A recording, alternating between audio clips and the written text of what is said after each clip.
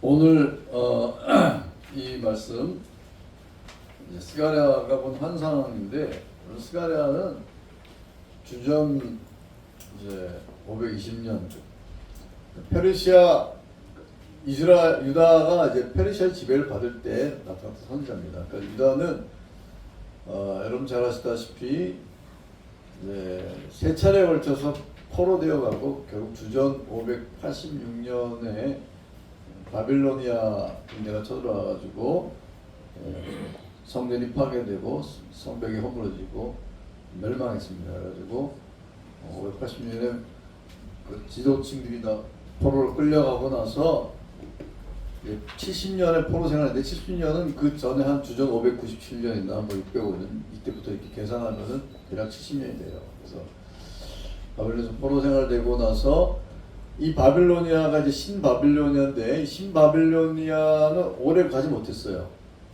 그 페르시아, 지금 이란이죠. 페르시아가 이란 고원에 살고 있는 메대 유목민들을 이렇게 꼬셔가지고 함께 연합군이 바빌로니아를 무너뜨리고 새로운 세계 강자가 되고, 페르시아의 이제 고레스 대왕이 유대인들한테 너희 본국으로 돌아가도 된다 라고 조서를 내렸고, 또 본국으로 와서 성전 지어도 된다, 이렇게 두 가지 조서를 내렸습니다. 그래가지고 유대인들이 한 4만 명, 노예까지 하면 인원이 더 되는데 한 4만 명이 돌아와가지고 이제 성전을 재건을 하기 시작했죠. 그러다가 이제 사마리아 사람들이 우리가 성전 짓는 거 돕겠다라고 이제 하니까, 사실 사마리아 사람들이 성전 짓는데 도울 필요가 없죠. 그러니까 유대인들이 싫다 그러니까 이제 그때부터 사마리아 사람들이 막 적극적으로 방해를 해가지고 성전 건축이 유야무야가 됐습니다. 흐지부지 됐어요. 그게 한 537년 정도에 이제 성전 재건을 시작했으니까 이제 한 520년까지 한 15, 16년을 이제 흐지부지한 상태에서 이제 다리오 왕이, 페르시아 이제 다리오가 왕이 된 그런 상황에서 이제 학계 선지자가 나타나가지고 왜 성전 안 짓냐 이렇게 얘기를 했죠. 그리고는 이제 학계 선지자 나타나고 한 2달 후에 또 스가랴 선지자가 나타나가지고 성전 지으라 이렇게 얘기합니다. 스가랴의 할아버지가 스룹바벨과 함께 바벨론의 포로에서 돌아온 사람이었어요. 그러니까 이 할아버지 이름이 이또예요. 이또도 아마 제사장이자 선지자였을 것으로 추측합니다. 그 이또의 손자죠. 손자인 스가랴가 이제 같은 성전 지으라라고 하는 이제 메시지를 전하기 시작합니다. 그래서 유대인들이 이제 성전을 짓기 시작하는 거예요. 성전을 짓기 시작하면서 결국 이 성전이 한 3, 4년 후인 주전 516년에 완공이 됩니다. 이 성전을 이제 스룹바벨 성전이라고 하는 거예요. 이런 이야기들은 이제 우리 교회 다니는 성도님들이 좀 뭐 들을 기회도 있겠지만 잘 몰라요. 되게 잘 모르더라고요. 이 포로기 이후의 역사에 대해서는 잘 모르시더라고요. 근데 좀 알아둘 필요가 있는 게, 왜냐하면은 유대인들이 이제 죄로 말미암아 심판을 받았잖아요. 신해산 언약을 어긴 그 죄에 대해서 하나님이 심판을 하셔서 바벨론에 포로 되어 갔고, 그 다음에 심판에서 돌아온 유대인들을 이제 회복하시는 과정에서 포로기 이후 선지자들인 소위 학계, 스가랴, 말라기가 하나님의 말씀을 예언했는데, 이 회복의 이 예언에 대해서 우리가 잘 이해를 해야지 하나님의 죄와 하나님 죄에 대한 심판과 하나님의 회복, 이런 것에 대해서 잘 이해를 할 수가 있습니다. 오늘 이 환상은 주전 519년 2월달에 하룻밤에 스가랴가 환상을 봅니다. 그 환상의 개수가 보통 8개라고 생각을 해요. 그래서 보통은 8개 환상하는데, 성경 본문에는 첫 번째, 두 번째 이런 얘기가 나오잖아요. 그래서 이게 7개라고 주장하는 사람도 있어요. 왜 7개라고 주장하냐면은 그 날아다니는 두루마리 환상하고, 그 다음에 에바 속의 한 여인의 환상이 그 2개를 하나로 보는 사람도 있어요. 그래서 그렇게 보면 이제 7이라는 수가 또 중요하잖아요. 그 7개 환상 이렇게 주장하는 사람도 있는데, 대부분은 8개 환상을 봅니다. 근데 7개는 8개는 이 환상을 하루에 봅니다. 하룻밤에. 근데 그 환상 중에 오늘 이 환상은 소위 이제 스가랴 복음이라고 불리는 환상입니다. 대제사장 여호수아가 고소당한, 그런데 하나님이 그 여호수아를 옹호하신 그 장면을 스가랴가 환상으로 본 겁니다. 여기 보면 이제 그 여호수아가 이렇게 그 야훼의 천사 앞에 서 있다는데, 야훼 천사는 야훼를 얘기하는 거예요. 야훼 앞에 서 있는. 이 앞에 섰다라고 하는 말은 이 두 가지 의미가 있습니다. 하나는 이제 하나님 앞에 섰다는 말, 하나님 앞에 수정된다라는 뜻도 있어요. 근데 여기서는 이제 재판장 앞에 섰다라는 뜻으로 이해가 됩니다. 그러니까 하나님이 재판장으로 앉아 계시는 그 재판정에 여호수아가 서 있는 거예요. 이 여호수아는 모세의 시종 여호수아가 아닙니다. 이름이 똑같아요. 이름이 똑같을 뿐이에요. 어디는 여호수아가 예수아로 나오기도 해요. 느헤미야서에 보면 예수아, 여호를 줄이면 얘가 되는 거예요. 여호를 줄이면 얘가 되는 거예요. 예수아, 여호수아. 여호수아는 스룹바벨과 함께 돌아와서 대제사장의 직위를 행사했던 바로 그 사람입니다. 근데 여호수아에 관한 정보가 그렇게 많지는 않은데 느헤미야서 같은 데 보면 이제 그 조금씩 정보가 나오긴 합니다. 그래서 이 여호수아가 포로로 귀환한 공동체 대제사장이었는데, 이 대제사장 여호수아가 하나님 앞에 법정에 선 겁니다. 도대체 무슨 죄로 섰느냐? 거기에 대해서 이제 이런저런 얘기들이 많은데, 탈굼하고 랍비들의 문헌에 보면은 무슨 죄로 이제 고소당했다고 이렇게 생각하냐면은, 느헤미야서에 보면 그런 얘기가 나오는데, 여호수아의 이제 후손 제사장 후손들이 이방인들 딸하고 결혼했어요. 그런 기사가 나옵니다. 느헤미야 사장인가 그러고. 그러니까 여호수아가 자기 후손들을 이방인들하고 결혼하는 것을 허락을 했다. 그 죄로 고소당했던 겁니다. 이게 유대인들의 생각이에요. 뭐 그럴 수 있죠. 거기에 대해서 근데 이 여호수아가 대제사장이지만 자기 후손들이 이방 여인들하고 결혼을 원망한 겁니다. 좀 이해가 가요. 이해가 가죠. 그럴 수 있잖아요. 그 자식들 자기 뜻대로 안 하잖아요. 그런데 그 일로 인해 고소당했다 이렇게 주장을 하는 사람도 있어요. 그런데 그런 건 전부 다 이제 여러 가지 그 사람들의 이제 소위 말하는 이제 추측이고, 이 성경 본문을 보면은 여호수아가 고소당한 이유는 분명합니다. 여기 보면 고소하는 사람은 사탄이죠, 사탄. 사탄이란 말은 원래 일반 명사입니다. 그러니까 고소하는 사람은 사탄이잖아요. 그러니까 여러분들이 너 왜 조냐 이렇게 지적하면은 이 지적한 사람이 사탄이 되는 거예요. 응? 너 왜 잘못하고 있어? 고소한 사람. 이 고소한 사람이 사탄이에요. 그러니까 뭐 검사가 사탄이에요. 고소한 사람이니까. 그건 일반 명사예요. 그런데 이제 그 사탄의 앞에 정관사가 붙으면 그 사탄. 그거는 인격을 가진 어떤 한 인격을 얘기하는 것인데, 그게 바로 우리가 아는 그 사탄입니다. 그 사탄 누군지 아시죠? 그 무시무시한 사탄. 그래서 이 사탄이 고소를 하고 있는 겁니다. 근데 그 고소한 내용은 나오지 않아요. 여기 대적한다고 그냥 얘기했는데 고소한 내용은 나오지 않지만, 이 본문 읽어보니까 사탄이 문제 삼은 거, 그리고 하나님께서 변화하고 있는 장면이 뭐냐면은 지금 대제사장 여호수아가 더러운 옷을 입고 있는 거예요. 더러운 옷. 대제사장이 더러운 옷 입고 있으면 됩니까? 여러분 출애굽기 28장에 보면은 대제사장의 의복은 아주 출애굽기 28장 한 장을 할애할 정도로 자세히 설명되어 있어요. 그냥 일반 제사장은 품목이 4개인데 대제사장은 8개 품목, 8개. 예? 여러분 8개 품목. 이 재료도 보면은 금색 실, 홍색, 자색, 청색, 갈개꽃, 배실, 이렇게 아주 좋은 재료를 이렇게 그걸로 만듭니다.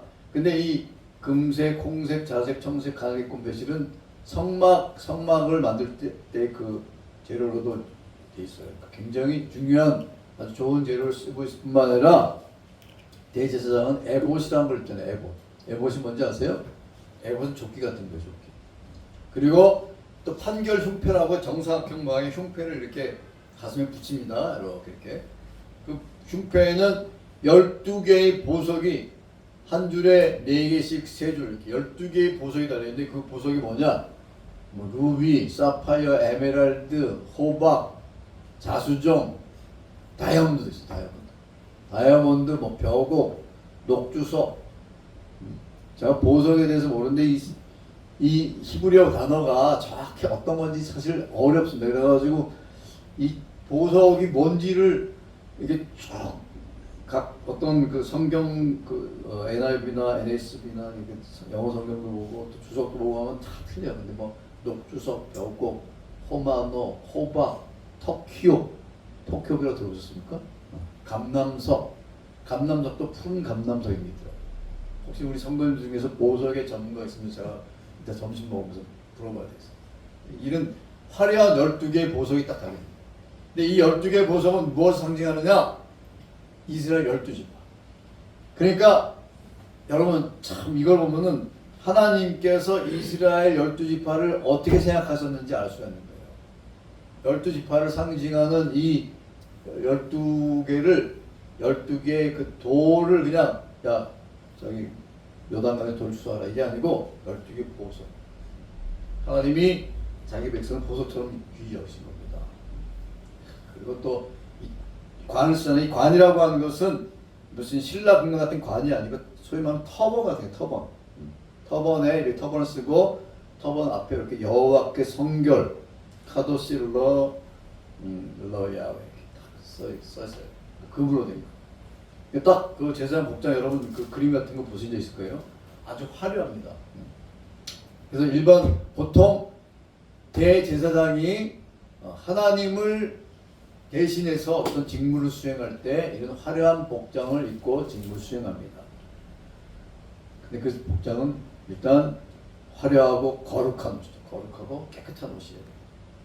1년에 딱 한 번 백성들을 대표해가지고 하나님 앞에 나갈 때는 세마포 옷을 입어요. 그러니까 죄인을 대표해서 갑니다. 죄인을 대표한 죄인이 하나님 앞에 나가는 거니까 세마포 옷을 입고 나갑니다. 근데 그 외에는 이렇게 화려한 세마포 옷이든 일반 대제사장의 옷이든 뭐 에봇, 판결, 겉옷, 반포 속옷 이건 뭐 이거 무엇을 입든 간에 아주 깨끗하고 거룩한 옷을 입어야 됩니다. 그리고 이 청색 겉옷에는 이렇게 방울이 달려 있어요. 방울이 달려 있어가지고 금방울 움직일 때마다 딸랑딸랑 소리가 나요. 근데 이 제사장이 성소에 들어갔는데 소리가 안 나. 오랫동안 소리가 안 나. 뭐 죽었나? 그래서 그 전승에 하면 제사장이 들어갈 때 발목에다 실을 이렇게 끈을 하고 갑니다. 그래가지고 죽으면 이렇게 시체 끌어야 돼. 그렇다고 합니다. 근데 하여튼 굉장히 이렇게 하나님께서 섬세하고 디테일하게 의복에 대해서 규정을 해주셨기 때문에 그 의복을 입어야 되는 거예요. 그런데 오늘 이 환상에 보니까 여호수아가 더러운 옷을 입고 있다. 제사장이 더러운 옷 입고 있으면 됩니까? 제사장이 더러운 옷 입고 있으면은 이거는 직결 심판, 직결 처형당한 겁니다. 그리고 레위기에 나오잖아요. 레위기 10장인가 거기 보면은 아론의 두 아들 나답과 아비후가 하나님이 명하시지 않은 불을 들이다 어떻게 됐습니까? 하나님께 불이 나와서 그대로 죽었어요. 즉사했어요. 그런데 불에 맞아 죽었는데 옷이 타지도 않았어. 그럼 하나님이 심판을 받는 거죠.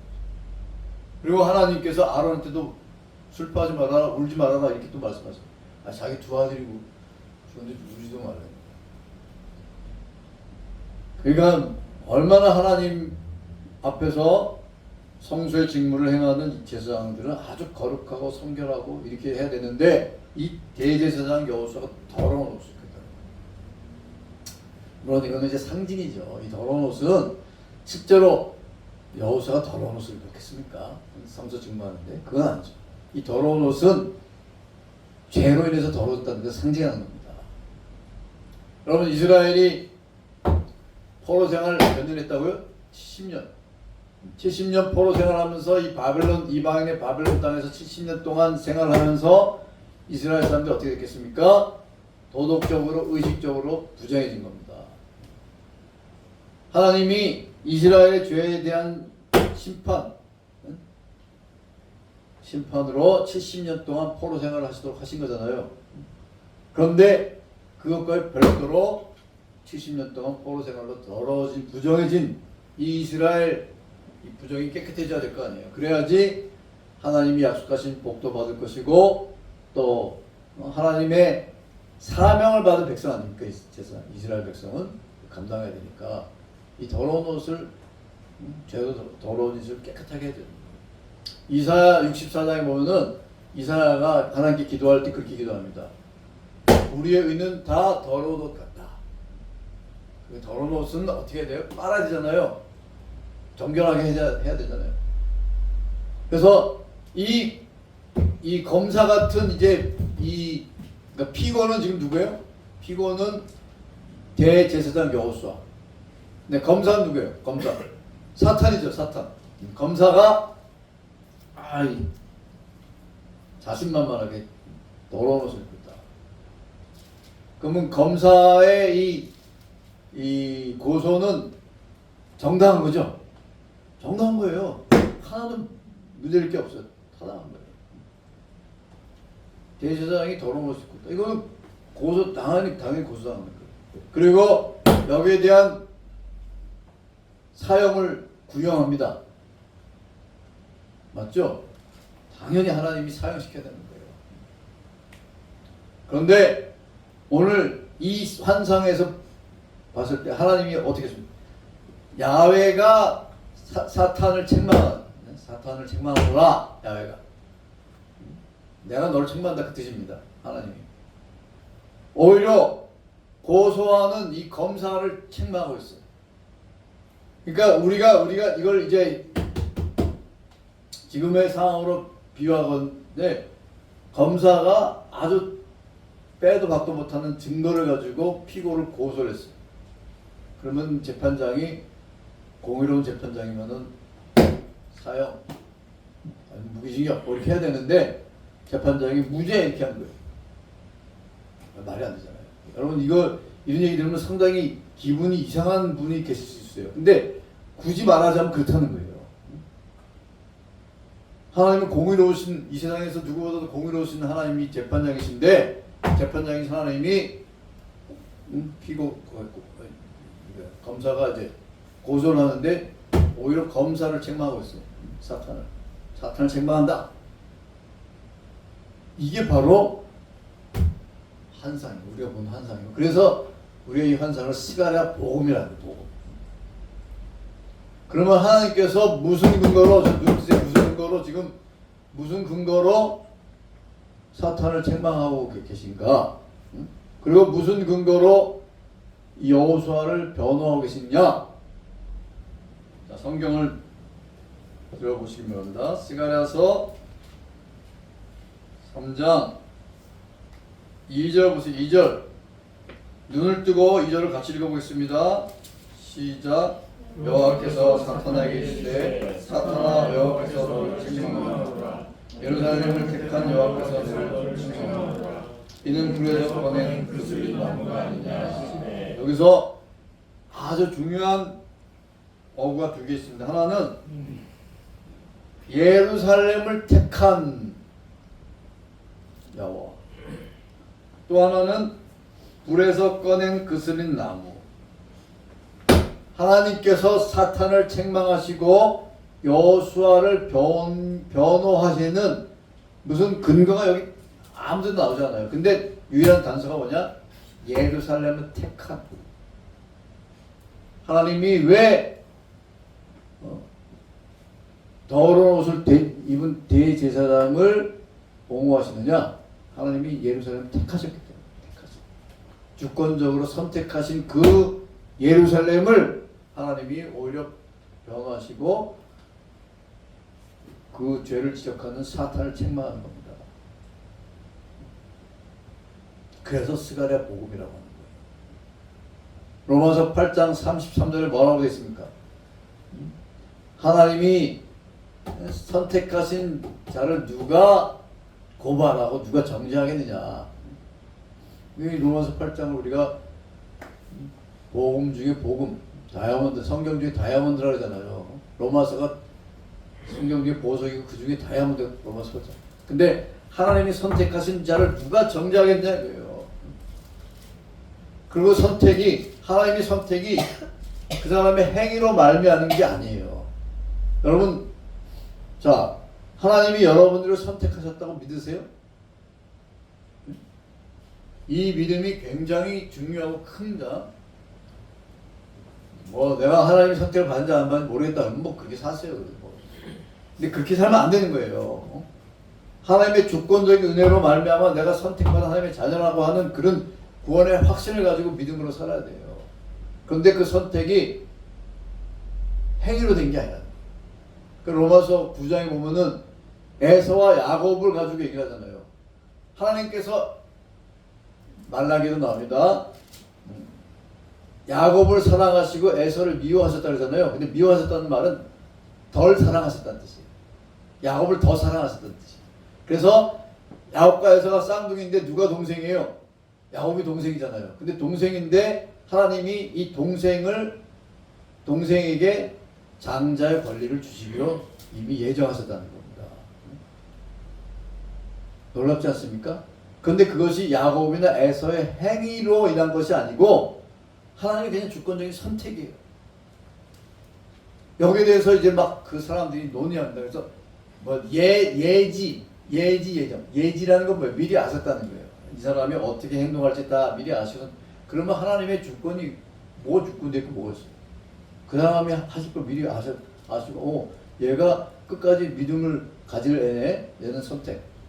얘는 도중에 믿다가 세상으로 빠질 애네. 넌 버려. 이게 무슨 그럼 하나님의 주권이 어디 있어요? 예정이 아니에요. 하나님이 그냥 선택하신 거예요. 그 이유가 뭐냐? 몰라요. 아무도 몰라. 그거는 나중에 천국에 가서 물어보지 마세요. 물어볼 필요도, 물어볼 수도 없어. 물어볼 생각도 안 나. 그냥 하나님이 기쁘신 뜻대로 선택하신 거예요. 이 비밀은 아무도 알 수 없어요. 하나님 선택하신 거예요.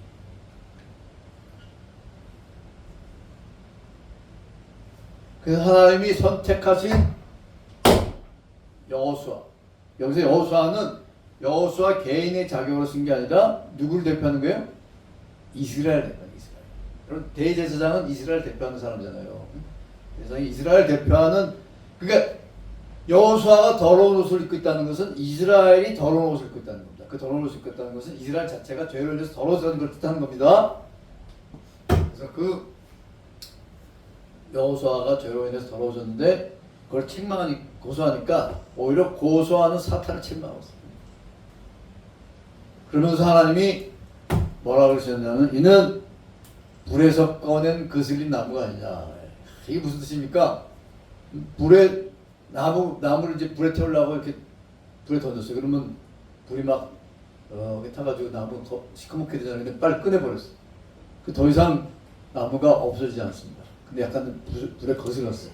그래서 불에 거슬렀다는 것은 더러운 옷이 더러워졌다는 뭐 그런 상징일 수도 있지만 아모스 4장 11절에서 말한 것처럼 건져내졌다, 구원했다 이런 뜻으로 우리가 이해됩니다.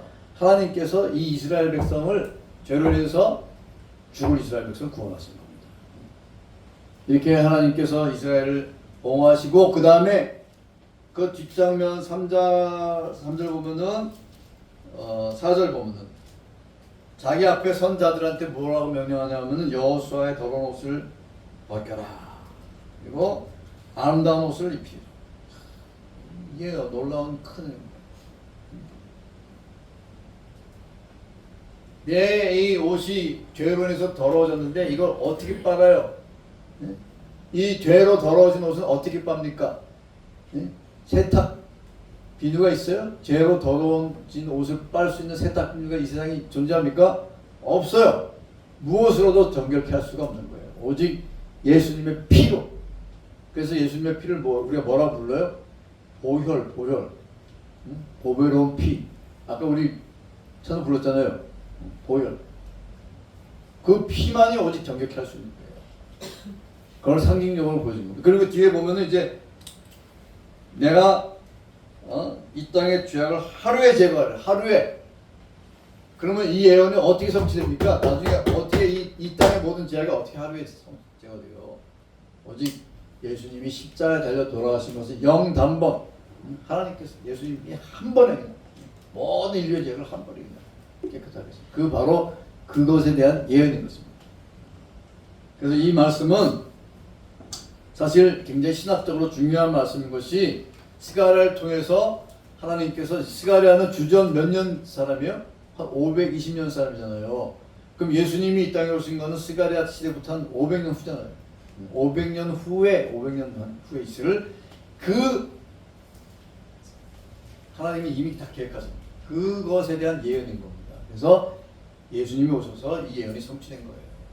그런 신학적으로 중요한 의미가 있는 겁니다. 그런데 오늘 우리가 이 본문을 읽으면서 많은 설교자들 또 성도들이 야, 하나님의 은혜로 나도 이렇게 나중에 죽어서 재판장이신 하나님 앞에 섰을 때 하나님이 사탄이 고소하면은 사탄을 책망하고 나의 이 더러운 옷을 깨끗하게 해줄 것이다. 이렇게 그렇게 생각을 하는 겁니다. 그래서 제가 이 장면을 한번 상상을 통해 가지고 이제 재현을 하려고 하니까 여러분 한번 들어보세요. 지금부터 얘기하는 얘기는 실제로 일어날 일이 아니라 성경을 근거로 해가지고 제가 소설을 쓴 소설인데 소설도 리얼리티가 있어야 되잖아요. 그래서 제가 소설 쓰면 한번 들어보세요. 전 세계에서 1년에 죽는 사람의 숫자가 몇 명 정도인지 아세요? 한 6천만 명. 2021년에 6,800만 명이 죽었어요. 그때 코로나로 해서 많이 죽었어요. 근데 죽는데 주로 어떤 이유로 죽느냐? 1위가 심혈관 질환. 한 2천만 명이 심혈관 질환.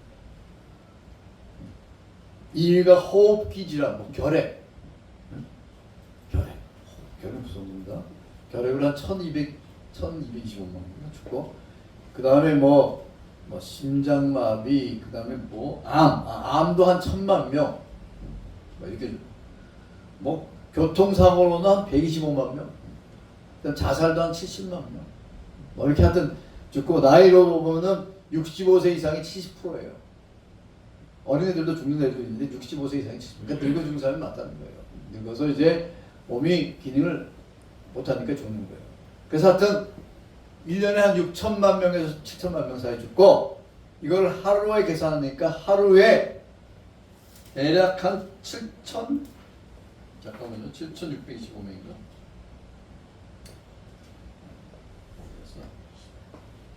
아니구나. 하루에 17만 4천 명. 17만 4천 명. 하루에 한 17만 4천 명이 죽습니다. 그게 1시간에 한 7,265명. 1시간에. 그리고 1분에 한 120명, 1초에 2명. 1초에 2명. 지금 설교한 사회도 지금 계속 2명씩 어디서만 죽어요. 저기 어디 뭐 남아공에서도 뭐 죽고 뭐 사람들이 막 죽어요. 자, 그런데 지금 하루에 한 17만 4천 명이 죽어요. 그럼 이제 하루에 죽는 사람들이 이제 계속 수시로 죽으면은 죽는 사람들이 이제 거대한 대기 장소로 이제 가는, 거기 천사들이 이제 이 사람은 몇 년도에 태어나서 몇 년도에 죽어. 대한민국 국적, 나이 70세. 그러면 이제 하루에 17만 4천 명이 죽는데, 천국에 가면은 한 100만 곳에 법정이 있어요. 100만 곳에. 제가 추정해 본 겁니다. 100만 곳에. 100만 곳 중에 한 곳으로 배정당하는 거예요. 그러면은 천사가 이제 딱 그걸 데리고 와.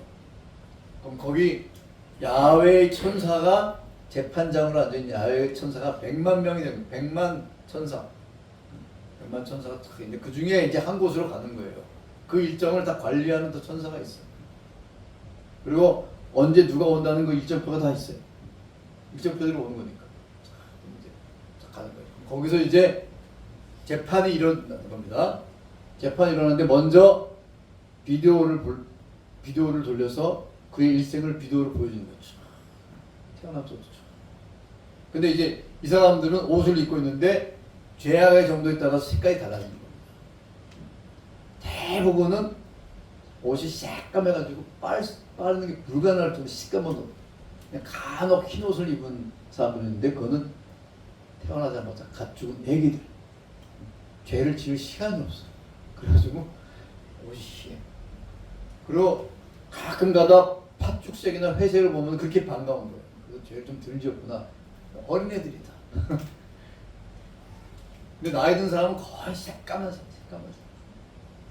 딱 이제 그 중에서 이제 저기 모였는데 출구가 둘이에요. 너는 이쪽. 근데 이쪽으로 오는 사람들은 전부 다 어떤 사람들이냐? 하나님의 자녀들이에요. 자녀들은 출구를 빠져나가자마자 흰 옷을 탁 여기는 그냥 자기 입은 옷으로 가서 재판장을 하고 흰 옷 입은 사람들은 이제 사실은 이 재판장으로 안 가고 곧바로 천국으로 가는 거다 이렇게 생각하고 아니면은 이 사람들도 흰 옷 입고 재판장 갈 수도 있어요. 아니면 거기 가가지고 흰 옷을 갈아입을 수도 있고. 근데 이 흰 옷을 받지 못하는 대부분의 사람들 살았을 때 예수를 믿지 않는 사람들은 자기가 입은 옷을 입은 채로 재판장에 갑니다. 그럼 비디오를 쭉 돌려보는 거예요. 쭉 돌려보면 온갖 자기는 의롭다고 살았지만 온갖 죄를 다 했어요. 자기 마음으로 지은 죄를 저 사람들 죽었으면 좋겠다. 그리고 마음이 그냥 탁 너 그때 죽은 그런 생각이 있었지. 그걸 보고 이제 할 말이 없는 거예요. 할 말이 없으면 너는 이제 지옥으로 이런 일들이 이제 매일 이렇게 17만 4천 명이 가니까 법정이 한 100만 곳이 있어가지고 이제 17만 곳 내가 계속 돌아가는 거예요. 그래서 우리는 이제 이런 생각을 하면서 내가 그 법정에 섰을 때 야훼 천사 앞에 섰을 때 재판장 앞에 섰을 때 이제 고소하는 이거는 이제 사탄이 뭐 혼자 살 수 없으니까 뭐 사탄이 쫄개들 마귀들이 하는가 뭐 그건 모르겠어요. 그때 하나님께서 나를 옹호해 주시고 흰 옷을 입혀 주시고 뭐 이렇게 볼 수도 있다. 이것이 이제 우리가 이 말씀을 통해서 받는 가장 큰 위로라고 생각합니다. 하나님이 선택하신 백성을 깨끗하게 하셔서 하나님의 은혜로 우리로 하여금 구원받게 하시고 영생을 누리게 하신 이 은혜가 너무나 크다는 것이 오늘 주님의 말씀을 통해서 우리가 배우는 것입니다. 그런데 우리가 이 본문을 읽고 그런 식으로만 또 이해를 해서는 안 되는 것이 오늘 이 말씀을 가만히 들여다보면은 자 3장 7절 보세요. 7절 우리가 읽고 마치도록 합시다. 7절 같이 읽어보겠습니다. 만군의 여호와의 말씀에 내가 만일 내 도를 행하며 내 규례를 지키면 내가 내 집을 다스리시오. 내 때를 지키시며 내가 떠도어 여호와의 손을 잡게 왕래하리라. 예. 여호수아한테 이스라엘 대표 여호수아한테 주신 말씀이 뭐냐면은 하나님께서 여호수아의 이 더러운 옷을 벗기시고 흰 옷을 입히셔서 죄를 사하여 주셨다는 것을 상징적으로 이제 보여주신 후에 그 다음에 하시는 말씀이 뭐냐면은 네가 만일 내 도를 행하며 내 규례를 지키면 내가 내 집을 다스릴 것이다 이렇게 말씀입니다. 하나님의 요구는 다른 게 없어요. 우리가 순서적으로 보면 하나님께서 먼저 은혜를 베푸십니다. 은혜를 베푸실 때는 우리의 행위가 개입될 여지가 요만큼도 없는 거예요. 어떤 사람은 믿음도 행위 일부러 간주하려는데 그것도 없어요. 우리가 믿었기 때문에 하나님이 은혜를 베푸신 것도 아니에요. 그냥 하나님이 은혜를 베푸셔서 우리가 그러한 믿음을 가지게 된 겁니다. 에베소 2장 8절은 우리의 믿음도 하나님의 선물이라고 이렇게 말씀하십니다.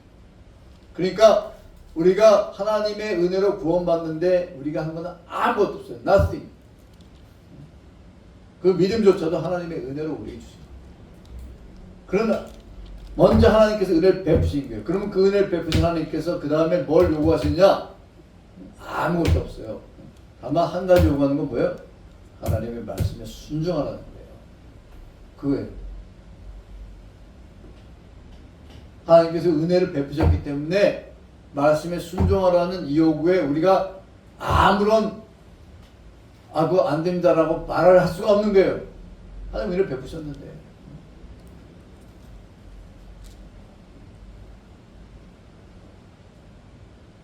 그러니까 이걸 비유하면 이겁니다. 우리 마태복음에도 나오는 비유입니다. 내가 빚을 한 100억을 졌어요. 여러분 100억 갚으려면은 여러분 월급을 몇 년 동안 안 쓰고 갖다 바쳐야 됩니까? 네? 한 1000년 갖다 바쳐요. 1000년? 불가능. 그런데 그 100억을 내가 갚아야 될 그 사람이 나한테 야, 빚을 탕감해 줄게. 이거 얼마나 큰 은혜입니까? 근데 한 가지 내가 요구한다. 내가 요구하는 거를 내가 내 말을 좀 잘 들어라. 근데 그 사람 말이 뭐 이렇게 아주 뭐 무섭고 이런 게 아니라 착하게 살아라. 뭐 이런 거예요. 착하게 살아라. 그러면 여러분은 어떻게 하겠습니까? 그 말 들으려고 하겠죠? 100억을 탕감을 줬는데 그게 하나님의 은혜인 겁니다. 하나님이 우리에게 은혜를 베푸셨고 우리가 구원의 은총을 받았습니다. 이거는 이미 이루어진 일이에요. 하나님께서 우리한테 요구하시는 것은 말씀대로 살아라 이겁니다. 그래서 하나님의 은혜를 정말 받은 사람은 내가 하나님 말씀대로 살아야 되겠구나 라고 결심하며 사는 겁니다. 그것이 오늘 우리에게 주시는 말씀이에요. 그래서 복음은 절대로 값싼 것이 아니에요. 우리 많은 이 지구상에 있는 많은 성도들이 저지르는 가장 큰 죄 중에 하나는 복음을 너무 값싼 것으로 만드는 거예요. 복음은 값비싼 거예요. 예수님께서 십자가의 피로 흘리시면서 우리에게 베푸신 은혜예요. 그 복음을 값싼 것으로 만들지 않는 것은 주님의 말씀 하나라도 순종하며 살려고 노력하는 것입니다.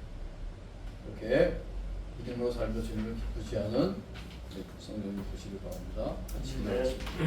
주님, 주님께서 베푸신 은혜를 생각할 때마다 주님의 은혜에 감사를 드립니다. 늘 주님의 은혜에 감사하는 마음으로 주의 말씀에 순종하며 사는 믿음의 성도 될 수 있도록 축복하여 주시옵소서. 감사드리며 예수님의 이름으로 기도합니다.